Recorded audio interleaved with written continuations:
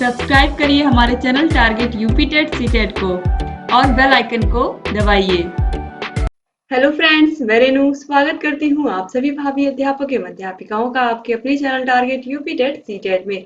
दोस्तों, आज की इस वीडियो में हम आपके डीएलएड 4th सेमेस्टर के फर्स्ट पेपर आरंभिक स्तर पर भाषा एवं गणित के पठन लेखन एवं गणितीय क्षमता का विकास के अंतर्गत मोस्ट इम्पॉर्टेंट बहुविकल्पी क्वेश्चंस को देखने वाले हैं। दोस्तों, बहुविकल्पी क्वेश्चंस को हम 3 पार्ट में देखेंगे। ये पहला पार्ट है आप लोगों का, और इसके बाद आपको 2 पार्ट और पढ़ने को मिलेगा, तब ये पूरे आपके बहुविकल्पी क्वेश्चंस पवन सीरीज के कंप्लीट हो जाएंगे।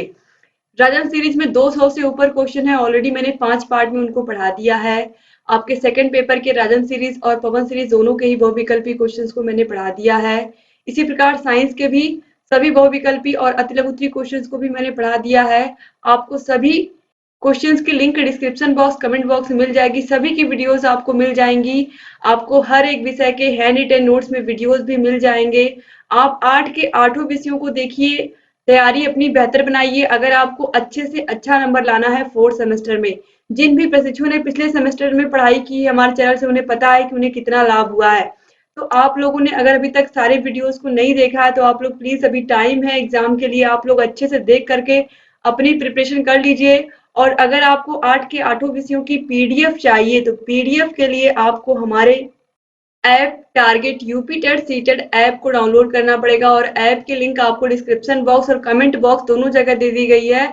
वहां पर आप लिंक पर क्लिक करेंगे, आसानी से आप वहां से ऐप को डाउनलोड कर लेंगे और आपको वहां पर सारे विषयों की पीडीएफ मिलेगी। पवन सीरीज की भी पीडीएफ मिलेगी पूरी की पूरी, राजन सीरीज की भी पूरी की पूरी पीडीएफ मिलेगी। आपको अलग से खरीदने की जरूरत ही नहीं पड़ेगी। दोस्तों, अब चलिए यहाँ पर बहुविकल्पी क्वेश्चंस को हम पढ़ लेते हैं।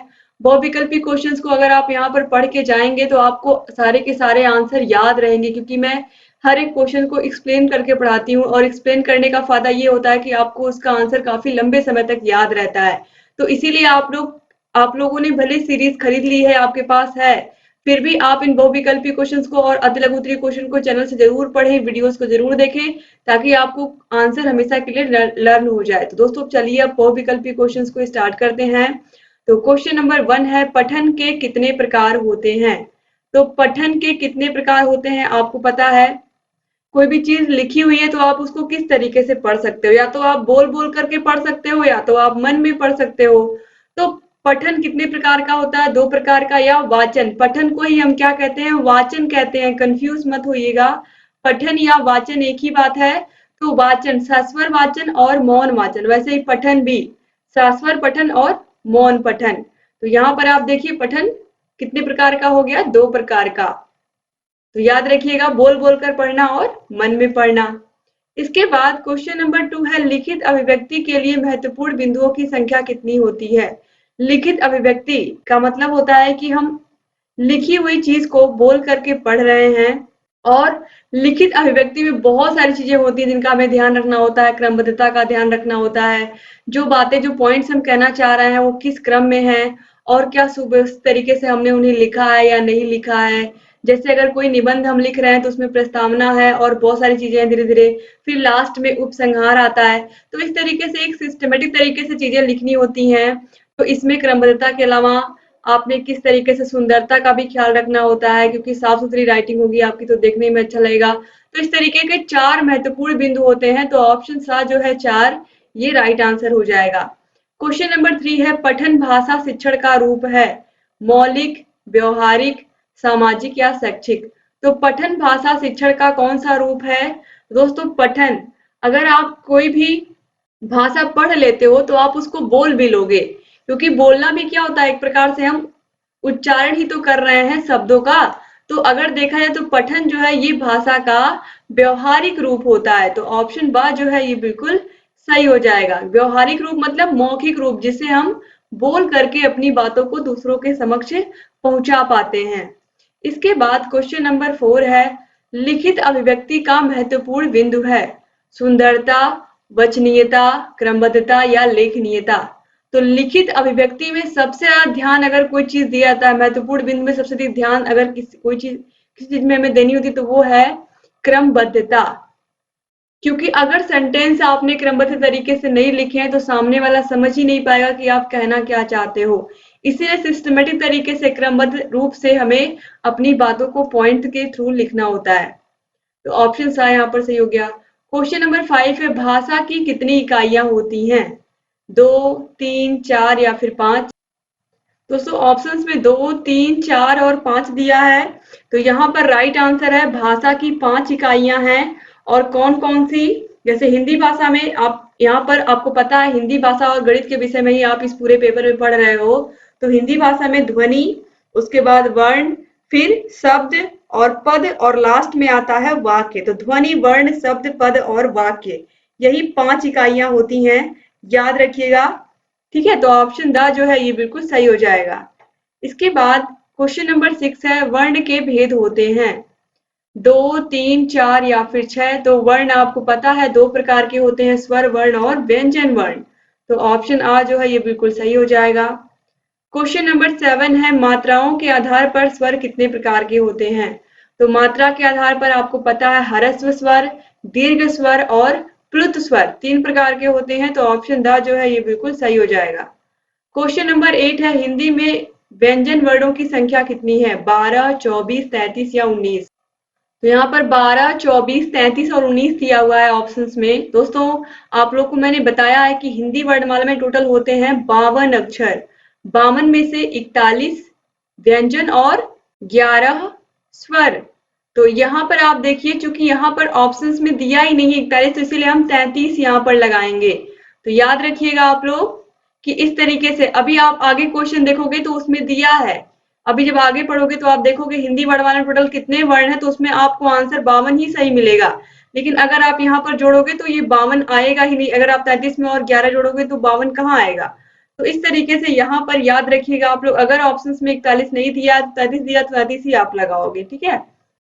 क्वेश्चन नंबर 9 है, परस्पर मेल के आधार पर व्यंजन है संयुक्त व्यंजन, द्वित्व व्यंजन, आ वा बा दोनों या इनमें से कोई नहीं? दोस्तों परस्पर मेल के आधार पर संयुक्त व्यंजन भी होते हैं, आपको पता है। संयुक्त व्यंजन कौन कौन से हैं? छ, त्र, ज्ञ और श्र। और यहाँ पर आप देखिए द्वित्व व्यंजन भी इसी प्रकार से होते हैं। जिस तरीके से यहाँ पर आप देखिए, अगर सम्मान लिखना है तो हम कुछ इस तरीके से लिखते हैं। तो यहाँ पर देखिए आधा म फिर पूरा म, तो इस तरीके से ये द्वित्व व्यंजन कहलाते हैं। तो यहाँ पर आप देखिए ऑप्शन सा जो है आ वा बा दोनों, ये बिल्कुल राइट आंसर हो जाएगा। क्वेश्चन नंबर 10 है, स्रोत के आधार पर शब्द के भेद हैं तद्भव शब्द, तत्सम शब्द, आ वा बा दोनों या इनमें से कोई नहीं? तो स्रोत के आधार पर तत्सम शब्द और तद्भव शब्द दोनों होते हैं। आपको पता है तत्सम शब्द शुद्ध संस्कृत के शब्द होते हैं, जबकि तद्भव शब्द जो होते हैं ये संस्कृत का ही बिगड़ा हुआ रूप होते हैं। जैसे कि हम आग को तत्सम शब्द में हम क्या कहते हैं? अग्नि कहते हैं। और हमने तद्भव में अग्नि को ही क्या बना दिया? आग बना दिया। ठीक है, तो इस तरीके से। क्वेश्चन नंबर 11 है, प्रयोग के आधार पर शब्द के भेद है विकारी शब्द, अविकारी शब्द। विकारी शब्द और अविकारी, विकारी शब्दों में हम कुछ फेरबदल कर सकते हैं, लेकिन जो अविकारी शब्द होते हैं इनमें हम कुछ भी परिवर्तन नहीं कर सकते हैं। तो इसीलिए ऑप्शन सा जो है आ वा बा दोनों, ये बिल्कुल राइट आंसर हो जाएगा।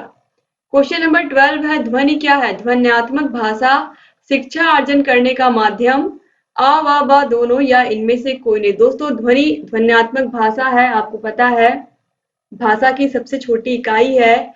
और शिक्षा अर्जन करने का माध्यम भी है, ध्वनियों के माध्यम से तो बच्चे वर्णों को पहचानते हैं, उनको बोल करके उच्चारण करते हैं। तो इस तरीके से ऑप्शन सा जो है आ वा बा दोनों, ये बिल्कुल राइट आंसर हो जाएगा। क्वेश्चन नंबर 13 है, ध्वनि के मूल तत्व हैं सार्थकता, अस्पष्टता, शुद्धता या उपरोक्त सभी? तो ध्वनि के मूल तत्वों में सार्थकता भी है, स्पष्टता भी है, शुद्धता भी है, क्योंकि तभी मूल तत्व सार्थक होगा, यानी कि तभी ध्वनि सार्थक होगी। तो जब सार्थकता के साथ बोली जाएगी, अस्पष्टता के साथ बोली जाएगी, तभी सामने वाला समझ पाएगा। और शुद्धता होना तो बहुत आवश्यक है। तो ऑप्शन द उपरोक्त सभी बिल्कुल राइट आंसर हो जाएगा। क्वेश्चन नंबर 14 है, ध्वनि के लिए अपेक्षित बातें हैं उत्पादन, संवहन, ग्रहण। तो कोई भी ध्वनि मुख से निकलती है तो उत्पादन हो गया, फिर संवहन करती हुई जो व्यक्ति ग्रहण करता है उसके पास पहुंचती है। तो ये सभी बातें बीच में क्या होती है? माध्यम होती हैं। तो इसीलिए ऑप्शन द जो है उपयुक्त सभी, ये बिल्कुल राइट आंसर हो जाएगा। यानी कि इन सभी की आवश्यकता होती है, यानी कि बोलने वाला भी चाहिए, सुनने वाला भी चाहिए और संवहन, यानी कि उसके लिए क्या चाहिए, वायु भी चाहिए, तभी तो एक व्यक्ति बोलेगा दूसरे व्यक्ति के पास पहुंच पाएगा। क्वेश्चन नंबर 15 है, ध्वनि विज्ञान में अध्ययन किया जाता है। बहुत ही आसान सा क्वेश्चन है, जिन प्रशिक्षु ने राजन सीरीज पढ़ ली है उन्हें पता है इसका आंसर क्या है। मानवों के मुख से निकली श्वास का, मानवों के मुख से निकली निश्चित ध्वनि का, मानवों के मुख से निकली चीख का, या इनमें से कोई। दोस्तों यहाँ पर राइट आंसर है ऑप्शन बा, मानव के मुख से निश्चित ध्वनि को ही हम क्या कहते हैं, इन्हीं का अध्ययन हम करते हैं ध्वनि विज्ञान में। क्वेश्चन नंबर 16 है, मनुष्य के उच्चारणोपयोगी अवयव हैं काकल, कंठ, दंत या उपरोक्त सभी। ये सभी क्या है, उच्चारणोपयोगी अवयव हैं। तो ऑप्शन द जो है उपरोक्त सभी, ये बिल्कुल राइट आंसर हो जाएगा। क्वेश्चन नंबर 17 है, हिंदी ध्वनियों का वर्गीकरण किया जा सकता है जिह्वा के आधार पर, ह्रस्व दीर्घ के आधार पर, आ वा बा दोनों, या इनमें से कोई नहीं। तो हिंदी ध्वनियों का वर्गीकरण जिह्वा के आधार पर भी कर सकते हैं, ह्रस्व और दीर्घ के आधार पर भी हम कर सकते हैं। तो ऑप्शन सा जो है आ वा बा दोनों, ये बिल्कुल राइट आंसर हो जाएगा। क्वेश्चन नंबर 18 है, ह्रस्व में स्वर होते हैं 10, 9, 4 या फिर 14। तो ह्रस्व स्वर होते हैं अ, ई, उ और री। तो यही 4 होते हैं, तो ऑप्शन सा जो है ये बिल्कुल सही हो जाएगा। क्वेश्चन नंबर 19 है, ओष्ठाकृति के आधार पर स्वर होते हैं वृत्ताकार स्वर, अवृत्ताकार स्वर, अ व ब दोनों, या इनमें से कोई नहीं। दोस्तों ओंठ की आकृति के आधार पर जो स्वर होते हैं वो वृत्ताकार भी होते हैं और अवृत्ताकार भी होते हैं। तो इसीलिए ऑप्शन सा जो है अ व ब दोनों, ये बिल्कुल राइट आंसर हो जाएगा। क्वेश्चन नंबर 20 है, उच्चारण के आधार पर स्वर होते हैं अनुनासिक स्वर, निरअनुनासिक स्वर, अ व ब दोनों, या इनमें से कोई नहीं। दोस्तों अनुनासिक स्वर और निरअनुनासिक स्वर, आपको पता है कि उच्चारण के आधार पर, क्योंकि कुछ स्वर जो होते हैं उनका उच्चारण नासिका से होता है और कुछ ऐसे हैं जिनका उच्चारण नासिका से नहीं होता है। तो इसीलिए ऑप्शन सा जो है अ व ब दोनों, ये बिल्कुल राइट आंसर हो जाएगा। क्वेश्चन नंबर 21 है, किसके बिना व्यंजन का उच्चारण संभव नहीं है। किसके बिना व्यंजनों का उच्चारण संभव नहीं है, जैसे कि आप क, ख, ग, घ, सभी को बोलते हो तो आप देखते हो आपको पीछे से अ सुनाई देता है, क, ख, ग, घ, च, छ, ज। तो इस तरीके से आप देखोगे तो सभी में अ छिपा हुआ होता है, बिना अ के हम व्यंजनों का उच्चारण कर ही नहीं सकते। तो इसीलिए ऑप्शन सा जो है ये बिल्कुल सही हो जाएगा। क्वेश्चन नंबर 22 है, 10 इकाई के योग को कहते हैं, 10 दहाई के योग को कहते हैं। यहाँ पर आप ध्यान से देखिए, 10 दहाई मतलब क्या होता है 10, और कितने 10 चाहिए, 10 10 चाहिए। तो 10 बार 10 को जोड़िए आप, यहाँ 10 बार हो गया, 10 बार आप जोड़ोगे तो आपको कितना मिलेगा, 100 मिलेगा। 100 को हम क्या कहते हैं, एक सैकड़ा कहते हैं। क्या कहते हैं, 100 को एक सैकड़ा कहते हैं। तो याद रखिएगा, क्या कहते हैं, 100 को हम एक सैकड़ा कहते हैं। तो यहाँ पर यही पूछा है कि 10 दहाई के योग को, 10 बार हमने 10 को जोड़ा तो कितना मिला, हमें 100 मिला, यानी कि हमें सैकड़ा मिल गया। 100 मतलब सैकड़ा, और 100 3 अंकों की सबसे छोटी संख्या है, ये तो आप लोगों को पहले से ही पता है। अब इसके बाद क्वेश्चन नंबर 23 है, कविता शिक्षण के उद्देश्य हैं। कविता शिक्षण के क्या उद्देश्य हैं, छात्रों में कल्पना तथा तर्क शक्ति का विकास करना, छात्रों में भावनात्मक व चारित्रिक भावनाओं का विकास करना, छात्रों के चरित्र निर्माण में सहयोग करना, या उपरोक्त सभी। तो कविता शिक्षण यानी कि कविता बच्चों को क्यों पढ़ाई जाती है, उद्देश्य क्या होता है, तो ये सभी उसके उद्देश्य हैं। तो ऑप्शन द जो है उपरोक्त सभी, ये बिल्कुल राइट आंसर हो जाएगा। क्वेश्चन नंबर 24 है, नाटक शिक्षण के उद्देश्य हैं छात्रों में सुनने व सुनकर अर्थ ग्रहण करने की योग्यता विकसित करना, छात्रों में शब्द एवं सुक्ति भंडार के ज्ञान को विकसित करना, बालकों का स्वस्थ मनोरंजन करना, या उपरोक्त सभी। तो नाटक के माध्यम से अलग अलग चरित्रों का बच्चे यहाँ पर चित्रांकन करते हैं, या फिर ये कह सकते हैं बच्चे अलग अलग चरित्र को लेकर के उसमें आपस में वो जब नाटक खेलते हैं तो इससे क्या होता है, मनोरंजन भी होता है और बच्चे कुछ ना कुछ सीखते हैं। तो इसीलिए यहाँ पर ऑप्शन द जो है उपरोक्त सभी, ये बिल्कुल राइट आंसर हो जाएगा। क्वेश्चन नंबर 25 है, ख वर्ण कौन से वर्ग में आता है? च वर्ग में, प वर्ग में, क वर्ग में या इनमें से कोई नहीं? तो जो ख वर्ण है क वर्ग में आता है, तो ऑप्शन सा जो है बिल्कुल सही हो जाएगा।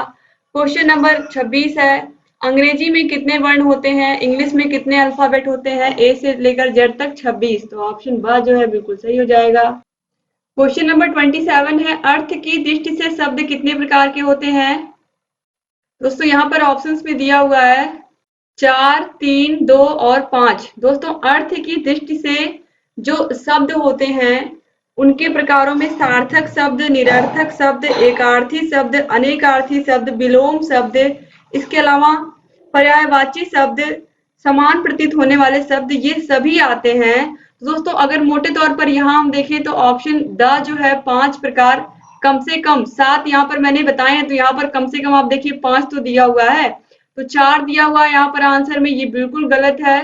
तो अर्थ की दृष्टि से मैंने खुद आप लोगों को लिखवाया है सार्थक शब्द, निरर्थक शब्द, इसके अलावा एकार्थी शब्द, अनेकार्थी शब्द, विलोम शब्द, पर्यायवाची शब्द और समान प्रतीत होने वाले शब्द। इस प्रकार से 7 प्रकार मैंने लिखवाया है और यहाँ पर देखिए ऑप्शंस में दिया ही नहीं है, तो इसलिए आप लोग के सिलेबस में भी ये सब चीजें दी हुई हैं, लेकिन यहाँ पर देखिए क्वेश्चन का सही से ऑप्शन ही नहीं दिया हुआ है, तो इसीलिए आप लोग यहाँ कम से कम जो 5 है उसको आप लगाएंगे। इसके बाद क्वेश्चन नंबर 28 है, अर्थ की दृष्टि से वाक्य के कितने प्रकार होते हैं? तो अर्थ की दृष्टि से जो वाक्य है वो 8 प्रकार के होते हैं। कौन कौन से होते हैं मैं आपको बता देती हूँ। विधानवाचक वाक्य, निषेधवाचक वाक्य, प्रश्नवाचक वाक्य, विस्मयादि बोधक वाक्य, आज्ञावाचक वाक्य, इच्छावाचक वाक्य, संकेतवाचक वाक्य और संदेहवाचक वाक्य। यही 8 प्रकार के वाक्य होते हैं अर्थ की दृष्टि से, तो ऑप्शन द जो है ये बिल्कुल सही हो जाएगा। क्वेश्चन नंबर 29 है, प्रयत्न कितने प्रकार का होता है? 6, 4, 2 या 3? तो प्रयत्न जो होते हैं वो 2 प्रकार के होते हैं, अभ्यांतर प्रयत्न और बाह्य प्रयत्न। क्वेश्चन नंबर 30 है, या रा ला वा व्यंजन है? तो या रा ला वा आप लोग को पता है, या रा ला वा अंतस्थ व्यंजन है और शा शा शा हा ये क्या है? ये ऊष्म व्यंजन है, ये भी आप जानते हैं। और स्पर्श व्यंजन 25 है, आपको पता है, इनके बारे में भी मैंने आपको बताया है। तो ऑप्शन सा जो है अंतस्थ व्यंजन, ये बिल्कुल राइट आंसर हो जाएगा। क्वेश्चन नंबर 31 है, वर्णों के समूह को क्या कहते हैं? वर्णों के समूह को जहां पर स्वर वर्ण, व्यंजन वर्ण सब मिला करके लिखे हो उसे हम वर्णमाला कहते हैं, तो ऑप्शन आ बिल्कुल सही हो जाएगा। इसके बाद क्वेश्चन नंबर 32 है, वर्णों के सार्थक समूह को क्या कहते हैं? इस प्रकार क लिखा हुआ है, म लिखा हुआ है और ल लिखा हुआ है, तो वर्णों का सार्थक समूह मिलकर के क्या बना दिया? एक शब्द, ये क्या हो गया? कमल। तो इसके बाद देखिए यहाँ पर अगला क्वेश्चन है, तो यहाँ पर हम आंसर लगा लेते हैं। वर्णों के सार्थक समूह से क्या बन गया? एक शब्द बन गया, तो ऑप्शन आ क्या हो गया? शब्द राइट आंसर हो गया। वर्णों के सार्थक समूह को हम क्या कहते हैं? शब्द कहते हैं। क्वेश्चन नंबर 33 है, पाठशाला शब्द है, पाठशाला पढ़ने के लिए शाला, योग रूढ़ शब्द है, यौगिक है, रूढ़ है या इनमें से कोई नहीं? दोस्तों राइट आंसर है यौगिक शब्द है ये। क्वेश्चन नंबर 34 है, रचना के अनुसार वाक्य कितने प्रकार के होते हैं? 3 प्रकार के, 2 प्रकार के, 4 प्रकार के या 1 प्रकार के? दोस्तों रचना के अनुसार वाक्य 3 प्रकार के होते हैं, सरल वाक्य, इसके अलावा मिश्र वाक्य और संयुक्त वाक्य, तो ऑप्शन आ जो है ये बिल्कुल सही हो जाएगा। क्वेश्चन नंबर 35 है, वाक्य के भेद हैं, उद्देश्य, विधेय, दोनों या इनमें से कोई नहीं? तो ये दोनों ही वाक्य के भाग हैं, तो ऑप्शन सा जो है ये बिल्कुल सही हो जाएगा। क्वेश्चन नंबर 36 है, ख ध्वनि है, महाप्राण, अल्प प्राण, दोनों या इनमें से कोई नहीं? दोस्तों जिन भी प्रशिक्षुओं ने अच्छे से हिंदी को पढ़ा है उन्हें पता है कि पहले तीसरे वर्ण जो होते हैं वो अल्प प्राण होते हैं, दूसरे और चौथे क्या होते हैं? महाप्राण होते हैं। तो देखिए आप का, ख, ग और घ में यहाँ पर आप देखिए जो दूसरा और चौथा वर्ण है ये ख और घ ये महाप्राण है, क और ग अल्प प्राण, तो ऑप्शन आ जो है महाप्राण ये राइट आंसर हो जाएगा। क्वेश्चन नंबर 37 है, क ध्वनि का उच्चारण स्थान है, अको विसर्जनीय नाम कंठ, तो क वर्ण का उच्चारण स्थान कंठ होता है, कंठ, तालु, मूर्धा, दंत, ओष्ठ। ऑलरेडी मैंने आपको बताया क वर्ग से लेकर के अगर आपको पूरा प वर्ग तक याद करना है तो इस तरीके से आप लर्न कर सकते हैं। तो क वर्ग कंठ, फिर इसके बाद कंठ तालु यानी कि च वर्ग तालु हो जाएगा, फिर इस तरीके से मूर्धा ट वर्ग हो जाएगा। इसी प्रकार से फिर दंत त वर्ग हो जाएगा और फिर इसके बाद ओष्ठ प वर्ग हो जाएगा। तो यहाँ पर ऑप्शन आ जो है कंठ, ये राइट आंसर हो जाएगा। क्वेश्चन नंबर 38 है अ ई उ री किस प्रकार के स्वर है? अभी मैंने आपको बताया है अ ई उ री दीर्घ स्वर है, प्लुत स्वर है, ह्रस्व स्वर है या इनमें से कोई नहीं। तो अ ई उ री क्या है? ह्रस्व स्वर है। ऑप्शन सा बिल्कुल सही हो जाएगा। क्वेश्चन नंबर 39 है देवनागरी लिपि का विकास किस लिपि से हुआ है? ब्राह्मी लिपि, फारसी लिपि, खरोष्ठी लिपि या इनमें से कोई नहीं। तो राइट आंसर है ब्राह्मी लिपि से। क्वेश्चन नंबर 40 है निम्नलिखित में कौन सा अशुद्ध उच्चारण का कारण नहीं है? ध्वनि लोप, ध्वनि विकृति, सुलेख विहीनता या ध्वनि विपर्पय। तो जहां पर उच्चारण की बात आएगी वहां पर ध्वनि की बात तो आएगी ही, आपको पता है। तो अगर ध्वनि में लोप होगा, ध्वनि उच्चारण करने में प्रॉब्लम है, बोलने में दिक्कत है, जीभ में किसी प्रकार की विकृति है, दांत में किसी प्रकार की विकृति है किसी बच्चे के, ध्वनि विपर्पय, सही से वो बोल ही नहीं पा रहा है, तो ये सभी क्या है? अशुद्ध उच्चारण के कारण है। और सुलेख विहीनता, लिखने से पढ़ने का कोई भी मतलब नहीं होता, यानी कि बच्चा शुद्ध शुद्ध बोल रहा है तो जरूरी नहीं कि वो लिखने में भी उसकी राइटिंग भी बहुत अच्छी हो। तो इसीलिए ऑप्शन सा जो है यह अशुद्ध उच्चारण यानी कि सुलेख विहीनता अशुद्ध उच्चारण का कारण नहीं है। क्वेश्चन नंबर 41 है विराम चिन्ह को क्या कहते हैं? इस कॉमा को क्या कहते हैं हिंदी में? अल्प विराम, पूर्ण विराम, प्रश्नवाचक या इनमें से कोई नहीं। तो अल्प विराम इसी कॉमा को कहते हैं। तो ऑप्शन आ सही हो जाएगा। पूर्ण विराम आपको पता है एक खड़ी लाइन और प्रश्नवाचक इस तरीके से होता है। क्वेश्चन नंबर 42 है हिंदी में वर्णों की कितनी संख्या है? तो हिंदी वर्णमाला में वर्णों की संख्या टोटल 52 यानी कि 52 है और ये ऑलरेडी मैंने भी आपको बताया भी है। तो इस तरीके से यहाँ पर क्वेश्चन नंबर 42 तक आप लोगों ने पढ़ लिया। जितने भी क्वेश्चन बचे हुए हैं वो हम अगली वीडियो में देखेंगे और इस तरीके से आपके सारे क्वेश्चन आसानी से यहाँ पर मैं करवा दूंगी और आप सभी लोग की तैयारी भी बेहतर तरीके से हो जाएगी।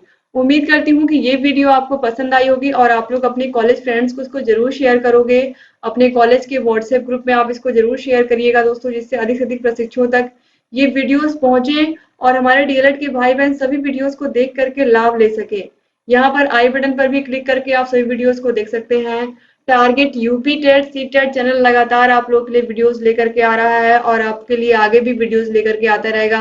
अगर अभी तक आपने चैनल को सब्सक्राइब नहीं किया तो प्लीज सब्सक्राइब कर दीजिए और बगल में घंटी का निशान भी होगा, उसको भी प्रेस कर दीजिएगा ताकि जो भी नई वीडियोस हम बनाते हैं उसका नोटिफिकेशन आप सभी के पास समय से जाए और आप वीडियोस को बिना मिस किए देखते रहें।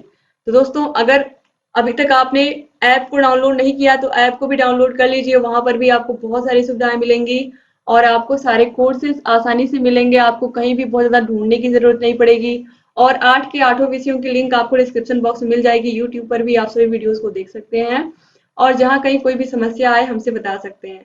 तो उम्मीद करती हूँ कि आप लोगों ने फर्स्ट पार्ट पढ़ लिया है। अब दूसरा और तीसरा पार्ट भी पढ़ करके इसको कंप्लीट कर लेंगे और दोस्तों जैसे ये सारी चीजें आपकी कंप्लीट होती हैं फिर हम आपका रिवीजन क्लास और जितने भी प्रीवियस क्वेश्चन पेपर है उनको भी सॉल्व करवा देंगे और इस तरीके से आपके सारे विषय अच्छे से तैयार हो जाएंगे और आप सभी लोग बिल्कुल परीक्षा के लिए प्रिपेयर हो जाएंगे अच्छे से। तो उम्मीद करती हूँ कि आप ऐसे चैनल से बने रहेंगे और सभी वीडियोस को देखते रहेंगे। तो मिलते हैं नेक्स्ट वीडियो में, तब तक अपना ख्याल रखिएगा, अपनी फैमिली का भी ख्याल रखिएगा और चैनल से ऐसे ही बने रहिएगा। जय हिंद दोस्तों।